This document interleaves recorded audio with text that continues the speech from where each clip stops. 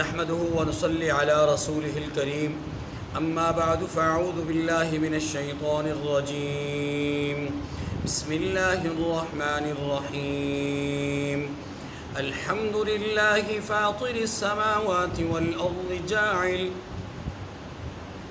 جاعل الملائكة رسلا أولي أجنحة مثنى وثلاث ورباع يزيد في الخلق ما يشاء إن الله على كل شيء قدير ما يفتح الله للناس من رحمة فلا ممسك لها وما يمسك فلا مرسل له من بعده وهو العزيز الحكيم يا أيها الناس اذكروا نعمة الله عليكم هل من خالق غير الله يرزقكم من السماء والأرض لا إله إلا هو فأنى تؤفكون وإن يكذبوك فقد كذبت رسل من قبلك وإلى الله ترجع الأمور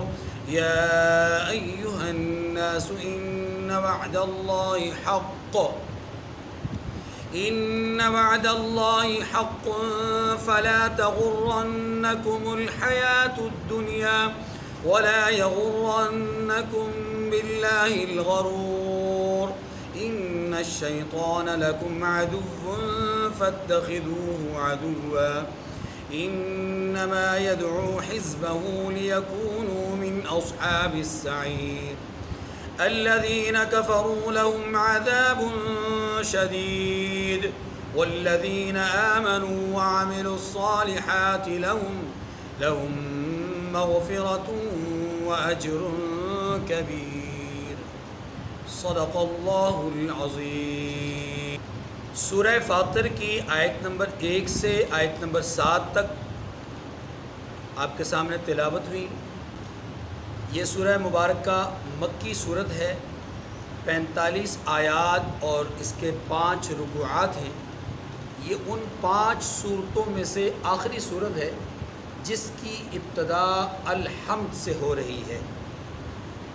گزشتہ صورت کی ابتدا میں عرض کیا تھا 5 صورتیں ہیں جن کی ابتدا اللہ ذوالجلال نے الحمد سے کی ہے. سورۃ الفاتحہ، سورۃ الانعام، سورۃ الکہف، سورۃ السبا اور سورۃ الفاطر. 2 صورتیں اس پارے میں ہیں. ان دونوں صورتوں کا آپس میں گہرا تعلق اور ربط ہے. پچھلی سورہ مبارکہ میں ہم نے مرکزی عنوان یہ سمجھا تھا اللہ کی نعمتوں کی قدر دانی. اس سورہ مبارکہ میں ہم آپ کی توجہ میری طرف کیجیے، انشاءاللہ بات سمجھ آئے گی. اس سورہ مبارکہ میں اللہ رب العزت نے جو باتیں ارشاد فرمائی ہیں ان کے تناظر میں ہم اس سورہ مبارکہ کا مرکزی عنوان سمجھنے کے لیے یہ مختص کر دیتے ہیں اللہ کی نعمتوں کی معرفت.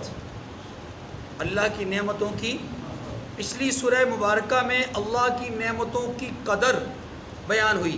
اس سورہ مبارکہ میں اللہ کی نعمتوں کی معرفت، پہچان بیان ہو رہی ہے. جو اللہ نے اپنی قدرتیں بیان فرمائی ہیں ان کو سمجھنے سے پہلے آیت نمبر 1 کا ترجمہ پڑھ لیجیے. الحمدللہ فاطر السماوات والارض، سب تعریفیں اللہ ہی کے لیے ہیں جو آسمانوں اور زمین کا پیدا کرنے والا ہے. جاعل الملائکۃ رسلا،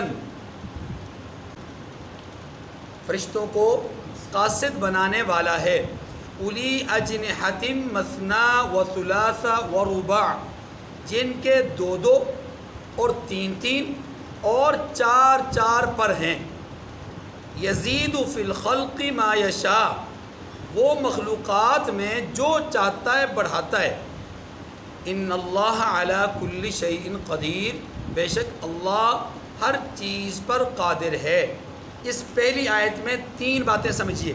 پہلی بات، فاطر السماوات والارض، فاطر کا معنی یہاں پر جو بطور ترجمہ لکھا گیا وہ ہے پیدا کرنا.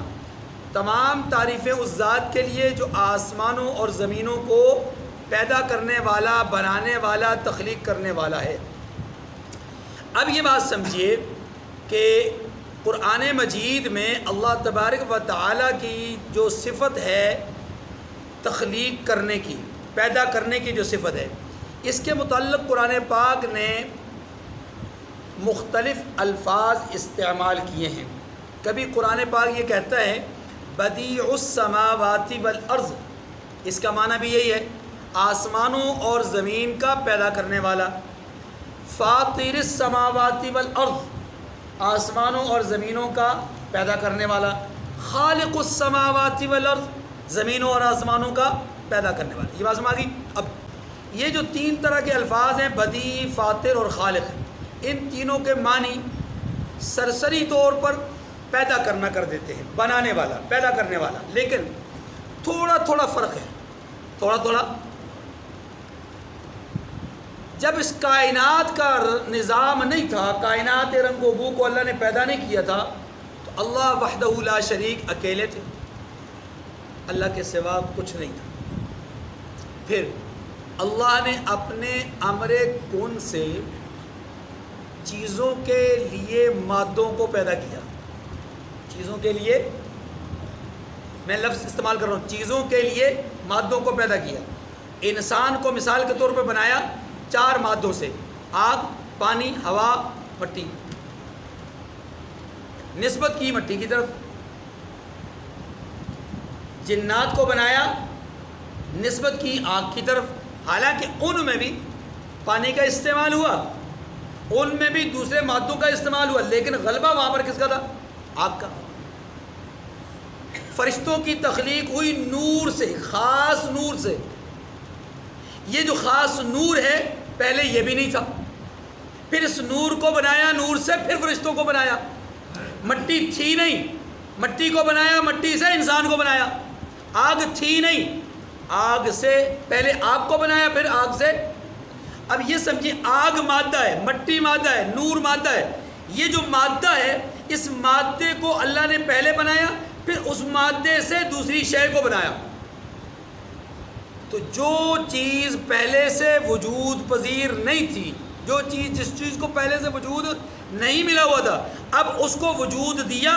اس کو وجود دینے کے بعد اس میں 1 2 3 4 چیزوں کو ملا کر کے ایک نئی شکل، نئی صورت ڈھال دی. یہ الگ بن گئی، وہ پہلے والی الگ بنا. لیکن پہلے والی چیز کو بنانے والا بھی اللہ، دوسری والی صورت کو اختیار کرنے والا بھی اللہ. اب اس کو سمجھیے کہ مادہ نہیں تھا، اللہ نے مادے کو بنایا. یعنی کوئی بھی چیز پہلے نہیں تھی، پہلے اللہ نے چیزوں کو بنایا، پھر ان چیزوں سے مرکب کر کے، جوڑ کر کے ایک نئی صورت بنائی. تو یہ بھی تخلیق ہے، پہلے والی بھی تخلیق ہے. لیکن جو پہلے والی تخلیق ہے جس کو ہم کہتے ہیں مادہ کی تخلیق، مادہ کی تخلیق کو بدیع کہتے ہیں، فطور کہتے ہیں، یعنی شگاف ڈالنا. حبر الامہ حضرت عبداللہ ابن عباس کہتے ہیں مجھے فاطر کے یا فطور کے معنی کا صحیح طرح سے ادراک نہیں ہو پا رہا تھا. میں نے دیکھا کہ 2 دیہاتی آپس میں ایک کنویں کی ملکیت کے حوالے سے جھگڑ رہے ہیں، اور دوران جھگڑا ان میں سے ایک نے کہا کہ تم اس کا کیسے دعویٰ کر سکتے ہو ملکیت کا، جب کہ اس کنویں کو انا فطرتھا، میں نے ہی اس کو شق کیا ہے، میں نے اس کو پھاڑا ہے، یعنی اس کو کھودا میں نے. جب کھودا میں نے تو دعویٰ کیسے کر سکتا ہے؟ یعنی یہ کنواں نسل در نسل نہیں چل رہا، اس کو میں نے کھودا، کھود کر کے اس میں ایک کنویں کی شکل پیدا کی ہے، تو گویا کہ یہ میرا ہے. اب کہتے ہیں مجھے اس وقت اس لفظ کا حقیقی معنی معلوم ہوا کہ کسی شے کو معرض وجود میں لانا، کسی شے کو معرض وجود میں. تو فاطر کا معنی، بدیع کا معنی کیا ہے؟ کسی شے کو معرض وجود میں لانا، تھی نہیں، اس کو وجود بخشنا. اب یہ وجود بخش دیا گیا. وجود بخشنے کے بعد اب اس سے ایک نئی جہت، نئی صورت پیدا کرنا، یہ بھی کام اللہ کا ہے. لیکن اس کے لیے اللہ نے ایک لفظ استعمال کیا، خالق. اس لیے یاد رکھیے مخلوق میں سے کسی کو آپ فاطر نہیں کہہ سکتے. مخلوق میں سے کسی کو آپ بدیع نہیں کہہ سکتے، مخلوق میں سے آپ کسی کو خالق نہیں کہہ سکتے. ٹھیک ہے جی، پہلی بات میں آ گئی.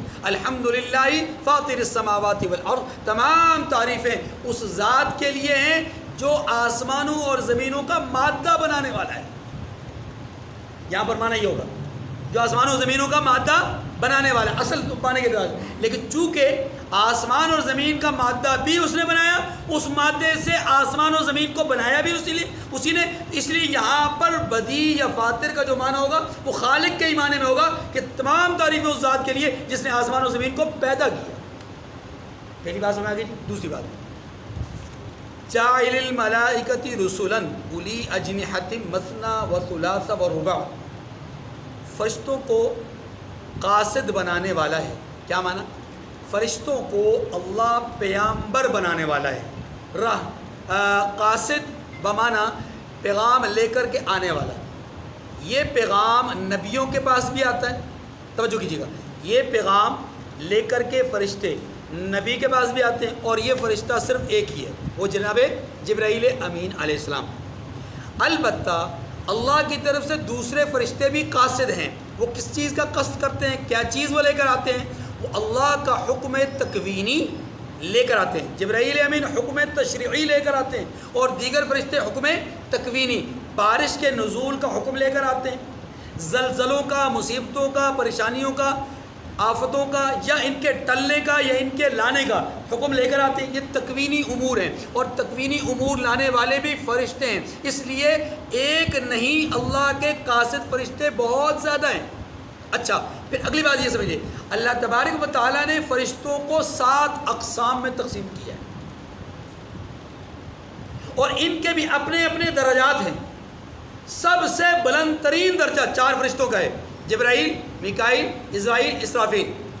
اور ان کے بعد یہ جو عرش کو تھامے ہوئے، پھر عرش کو تھامے ہوئے ہونے کے بعد جو فرشتے عرش کا طواف کرنے والے ہیں، ملائے اعلیٰ میں رہنے والے، یہ وہ فرشتے جو مقرب ترین ہیں، اونچے درجے کے. تو 7 قسم کے طبقات ہیں، مختلف قسم کے اور بھی ہیں. ان 7 طبقات میں سے ہر طبقے کو اللہ نے الگ الگ مادوں سے پیدا کیا، سارے ایک ہی مادے سے نہیں پیدا ہوئے. اور ان کی حالت کیا ہے؟ اللہ نے کسی کو 2 پر دیے ہیں، کسی کو 3 دیے ہیں، کسی کو 4 دیے ہیں، کسی کو اس سے زیادہ دیے ہیں. یہاں تک کہ ایک دفعہ رحمت دو عالم صلی اللہ علیہ وسلم نے جناب جبرائیل امین سے فرمایا کہ جبرائیل، ہم آپ کو آپ کی اصلی حالت میں دیکھنا چاہتے ہیں. عرض کی کہ یا اللہ، اے اللہ کے رسول، آپ مجھے اصلی حالت میں شاید دیکھ نہ پائیں گے. فرمایا نہیں، ہم دیکھنا چاہتے ہیں. جناب جبرائیل امین نے ایک پر کھولا تو ما بین المشرق والمغرب، مشرق اور مغرب کے درمیان اس کی وسعت پھیل گئی. دوسرا پر پھیلایا تو رحمت دو عالم صلی اللہ علیہ وسلم پر غشی طاری ہو گئی. جب آپ نارمل حالت میں آئے تو جبرائیل امین نے عرض کی کہ یا رسول اللہ، آپ میرے 1-2 پروں کو دیکھ کر کے اس کی تاب نہ لا سکے، جبکہ میرے پروں کی تعداد 600 ہے.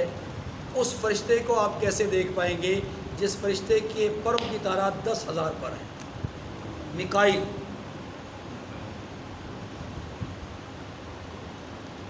جبرائیل امین علیہ السلام 1 سیکنڈ کے لمحے میں، 1 سیکنڈ کے لمحے میں عرش سے فرش تک، عرش سے فرش تک ہزاروں بار آ جا سکتے ہیں، ہزاروں بار. اللہ کی مخلوق ہے، اللہ کی قدرت کا اندازہ کیجیے. جس ذات نے ایسی ایسی شے کو بنایا، ایسی ایسی چیزوں کو بنایا، اس ذات کی اپنی قدرت اور اپنا کمال اور اپنی طاقت کیا ہوگی. تو 2-3 4 2 4 3 پروں والے فرشتے بھی ہیں، اور ان سے زائد پروں والے فرشتے بھی ہیں. جیسا کہ میں نے عرض کیا، جبرائیل امین 600 پروں والے، میکائیل علیہ السلام 10,000 پروں والے، اور ایک ایک پر ما بین المشرق والمغرب. اچھا، اس پر مزید یہ اللہ فرماتے ہیں یزید فی الخلق ما یشاء. یہ تیسری بات ہے. 2 باتیں سمجھ میں آ گئی تھی. فاتر کا معنی بدیع اور خالق کا معنی سمجھ میں آ گیا. اس کے بعد فرشتوں کے حوالے سے بات کی کہ فرشتے اللہ کی مخلوق ہیں. فرشتے اللہ کی، اچھا یہاں یہ بھی سمجھ لیجئے، فرشتوں کو اللہ کی مخلوق کہہ کر کے، چونکہ جس ماحول میں، جس علاقے میں قرآن کا نزول ہوا وہ کون سا علاقہ ہے؟ مکہ. مکہ کے اندر لوگ فرشتوں کو اللہ کی بیٹیاں سمجھتے تھے. اللہ نے یہ بات یہاں پر کلیئر کر دی، فرشتے ہماری بیٹیاں نہیں، ہماری مخلوق ہیں، ہماری مخلوق ہیں. اچھا پھر اس کے بعد فرمایا یزید. اچھا فرشتوں کی تعداد کتنی ہے جی؟ فرشتوں کی تعداد کے بارے میں بس اتنا تصور کر لیجئے کہ اللہ کے عرش کے گرد 70,000 فرشتے صبح، 70,000 فرشتے شام. جو صبح کو آتے ہیں شام تک طواف کرتے ہیں، جو شام کو آتے ہیں وہ صبح تک طواف کرتے ہیں. گویا 1,40,000 فرشتے 24 گھنٹے میں طواف کرتے رہتے ہیں. اور حدیث میں آتا ہے کہ جن فرشتوں کی باری ایک بار آ جاتی ہے طواف کی، ان کی باری قیامت تک دوبارہ نہیں آئے گی. پھر آپ اس کی تعداد کا اندازہ کر لیجئے کتنی تعداد ہے. تو یزید فی الخلق ما یشاء، وہ اپنی مخلوقات میں جو چاہتا ہے بڑھاتا ہے. معنی کیا ہے؟ دو معنی ہیں. ایک معنی یہ ہے اللہ فرشتوں کے پروں میں جتنا چاہے اضافہ کر دیتے ہیں، ایک معنی یہ ہے. دوسرا معنی یہ کہ نہیں، تمام مخلوقات میں سے جو مشترکہ صفات ہیں ان صفات میں سے کسی کو زیادہ اس صفت میں بڑھا دینا یہ اللہ کی منشا اور مرضی پر ہے. سب کو شعور دیا ہے، کوئی زیادہ باشعور ہے تو یہ اللہ کی صفت ہے، اللہ کی طرف سے دی ہوئی صفت ہے. زیادہ عقل مند ہے دوسروں سے تو یہ اللہ کی دی ہوئی صفت ہے. ان اللہ علی کل شیء قدیر، یہ وہ جملہ ہے جو پچھلی تینوں باتوں پر حاوی ہے. یہ پچھلی تینوں باتوں کا نچوڑ ہے. زمین و آسمان کو بنانے والا اللہ، کیونکہ وہ قادر مطلق ہے. ذرا آسمان و زمین کی بناوٹ کو تو دیکھیے، ہل تری من فطور، تمہیں کوئی کسی قسم کا نقص اور عیب نظر آتا ہے؟ کوئی شگاف پڑا ہوا نظر آتا ہے؟ کوئی دراڑ پڑی ہوئی نظر آتی ہے؟ نہیں. فرجع البصر ہل تری من فطور ثم ارجع البصر کرتین، پھر دیکھو پھر دیکھو پھر دیکھو. دوسرا فرمایا فرشتوں کو پیدا کرنے والا وہ ہے. کیسے فرشتے؟ ایسی ایسی صفات کے مالک. یہ قدرت کس کی ہے؟ اللہ کی. تیسرا جس کے لیے جس نعمت میں اضافہ کرنا چاہے وہ کر سکتا ہے، وہ پوچھنے والا نہیں، وہ قادر مطلق ہے. آگے فرمایا ما یفتح اللہ للناس من رحمت فلا ممسک لها وما یمسک فلا مرسل له من بعده. اللہ جو اپنی رحمت کا دروازہ کھول دے تو کوئی اس کو بند کرنے والا نہیں ہے، اور جو بند کر دے تو اس کے بعد کوئی اس کو کھولنے والا. کیا مطلب؟ مطلب یہ ہے کہ اللہ رب العزت اپنی ذات کے اعتبار سے متصرف ہیں، مدبر ہیں، اور اپنی ذات کے اعتبار سے با اختیار ہیں. کسی کے پابند نہیں ہے، کسی کے پابند نہیں ہے. اور اللہ تبارک و تعالیٰ کے لیے کوئی روک ٹوک نہیں ہے کسی کی طرف سے. ایسا نہیں. دیکھیں دنیا کے نظام کے اندر بڑے سے بڑا بادشاہ بھی ہے نا، بڑی سے بڑی طاقت بھی ہے. وہ طاقتور وہ بادشاہ بھی کہیں نہ کہیں کسی نہ کسی کا پابند ہوتا ہے. یہ اپنی مرضی سے کچھ نہیں کر سکتے. یہ جو پالیسی اپناتے ہیں اس پالیسی کے پیچھے ایک پورا گروہ ہوتا ہے جو اس پالیسی کو اختیار کرنے پہ مجبور کرتا ہے. تو گویا کہ پریشرائز ہوتے ہیں، اس پریشر میں آ کر کے یہ فیصلے کرتے ہیں. اور بعض اوقات عوام کا پریشر ہوتا ہے، بعض اوقات بیوروکریٹس کا پریشر ہوتا ہے، پارلیمنٹرین کا پریشر ہوتا ہے، یا عدالت کا پریشر ہوتا ہے. مختلف قسم کے پریشر کو یہ فیس کرتے ہیں اور اسی کے تناظر میں فیصلے کرتے ہیں. اللہ نے اس تمام تر صورتحال سے خود کو بری قرار دیتے ہوئے فرمایا کہ ما یفتح اللہ للناس من رحمہ فلا ممسک لها. سنو، جس کے لیے رب رحمت کے دروازے کھول دے کوئی بند کر سکتا نہیں، اور جس کے لیے رب بند کر دے اس کے لیے کھول سکتا کوئی نہیں. کوئی پاور، کوئی طاقت، کوئی قوت ایسی نہیں جو رب کے سامنے ڈال بن کے کھڑی ہو جائے. بالکل نہیں. وَهُوَ الْعَزِيزُ الْحَكِيمُ. یہ بات اسی آیت کریمہ کے تناظر میں سمجھائی. ایسا کیوں ہے؟ اس لیے کہ وہ غلبہ والا ہے، غالب ہے اور حکمت والا ہے. پروردگار اگر تو غالب ہے تو اتنے عرصے سے 7 دہائیوں سے فلسطین میں لوگ پٹ رہے ہیں، تو مدد کیوں نہیں کر رہا؟ امریکہ کو تباہ کر دے، سمندروں کے درمیان میں غرق کر دے. فرعون کو تو بھی تو نے مارا تھا. اللہ نے جواب دے دیا الحکیم، یہ میری حکمت ہے، ان کو باقی رکھنا بھی، جب تک چاہوں گا رکھوں گا اور جب چاہوں گا زوال دے دوں گا، زوال ہے دوام نہیں۔ اب تیسری صفت ہے خالق۔ میں نے عرض کیا کہ خالق کا معنی ہے مادوں کو جوڑ کر ان سے ایک نئی صورت بنانا، اس کو تخلیق کہتے ہیں، اور یہ بھی صرف اللہ ہی کی صفت ہے، اللہ کے سوا کوئی خالق نہیں کہلا سکتا۔ یا ایھا الناس اذکروا نعمت اللہ علیکم، لوگو اللہ کے جو تم پر احسانات ہیں ان کو یاد کرو۔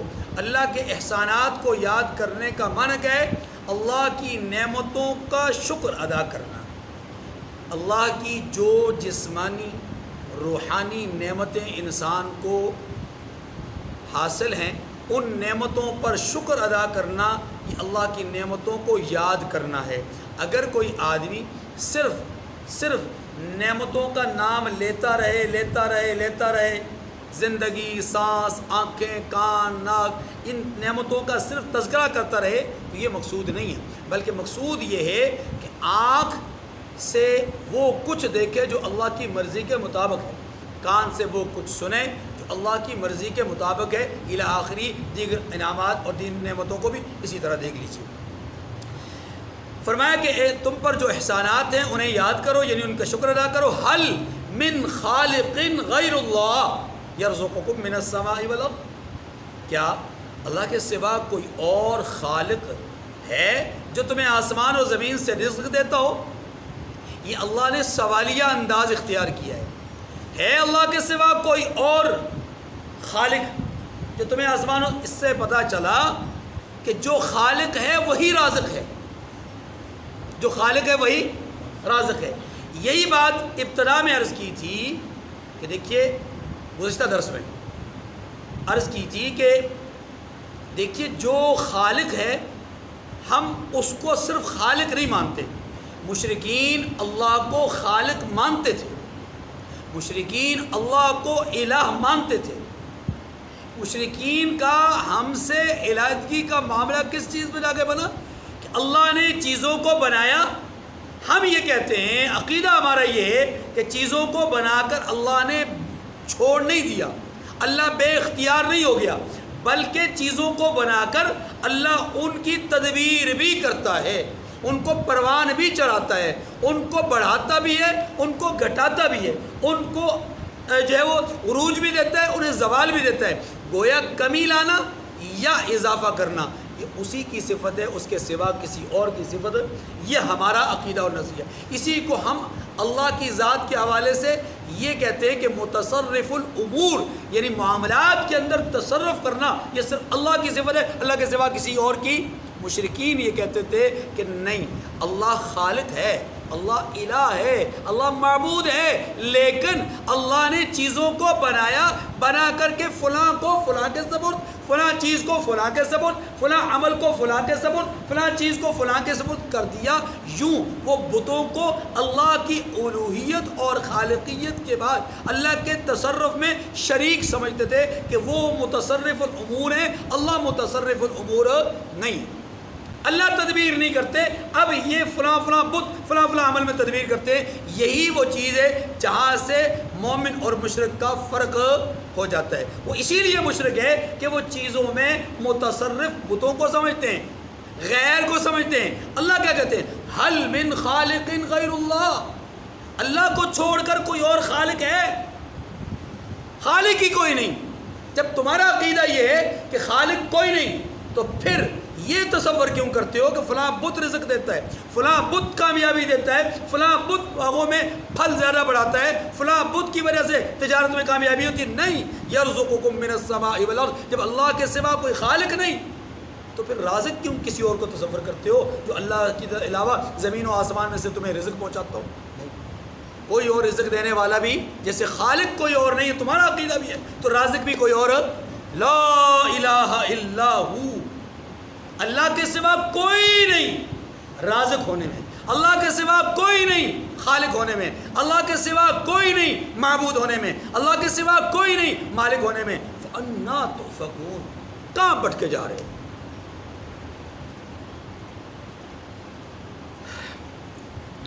یہ اس آیت کریمہ میں اللہ کی صفت خلق کو بیان کر کے اور مشرکین کے شرک کی تردید کی گئی۔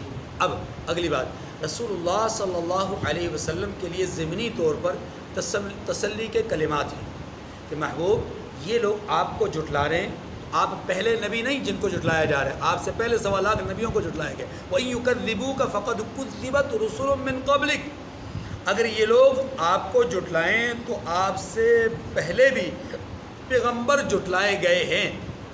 وَإِلَى اللَّهِ تُرْجَعُ الْأُمُورُ، اور کام اللہ ہی کی طرف لوٹائے جائیں گے۔ کیا معنی؟ نفی کا یا اثبات کا، اقرار کا یا انکار کا، جو بھی عمل ہوگا، جس کا جو بھی عمل ہوگا وہ اللہ کی طرف لوٹ کر جائے گا۔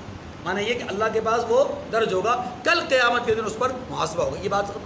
اب اگلی بات، آگے جو آیات کریمہ ہے 3، ان آیات کریمہ میں اللہ تبارک و تعالیٰ نے گمراہی کے 2 اسباب بیان کیے ہیں۔ گمراہی کے، میں نے عرض کیا یہاں پر اہم باتیں کیا، تیسری اہم بات کیا ہے کہ گمراہی کے اسباب سے بچنا ہے۔ 2 اسباب بیان ہوئے ہیں بڑے، ان میں سے ایک بڑا سبب نفس کی پیروی کرنا اور دوسرا بڑا سبب شیطان کی پیروی کرنا۔ انداز اللہ پاک نے عجیب اختیار کیا۔ نفس کی پیروی کے لیے انکار قیامت کو اسباب ضلالت میں بیان کیا ہے کہ قیامت کا انکار یہ گویا کہ ضلالت گمراہی کا سبب ہے۔ کیوں سبب ہے جی؟ کیونکہ قیامت کا انکار وہی کرتا ہے جو نفس کی پیروی کر رہا ہے، جس نے اپنی خواہشات کو یہ سب کچھ بنا لیا۔ افرأیت من اتخذ الہہ ہوا، کہ آپ نے اس شخص کو دیکھا ہے جو اپنے نفس کی خواہشات کو اپنا معبود بنا رکھا ہے، جس نے معبود سمجھتا ہے۔ کیا آپ نے اس کو دیکھا ہے؟ یعنی اپنی خواہشات کی پیروی کرتا ہے، اللہ اور اس کے رسول کی بات کو مانتا ہی نہیں۔ اسی تناظر میں پہلی بات کہی گئی، یا ایھا الناس ان وعد اللہ حق فلا تغرنکم الحیاۃ الدنیا، اے لوگو اللہ کا وعدہ سچا ہے تو تم کو دنیا کی زندگی دھوکے میں نہ ڈال دے۔ یہ ہے نفس کی پیروی کہیں نہ کر لینا۔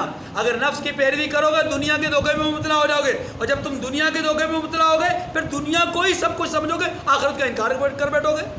حالانکہ آخرت کا دن برحق ہے، ان وعد اللہ حق، آخرت کا دن کیا ہے؟ حق اور سچ ہے، اس کا انکار کرنا سوائے گمراہی کے، ضلالت کے کچھ بھی نہیں۔ وَلَا يَغُرَّنَّكُمْ بِاللَّهِ الْغَرُورُ، اب یہ دوسرا سبب بیان کیا جا رہا ہے۔ فرمایا اور نہ فریب دینے والا تمہیں فریب دے۔ کیا معنی؟ فریب کون دیتا ہے؟ شیطان، الذی یوسوس فی صدور الناس،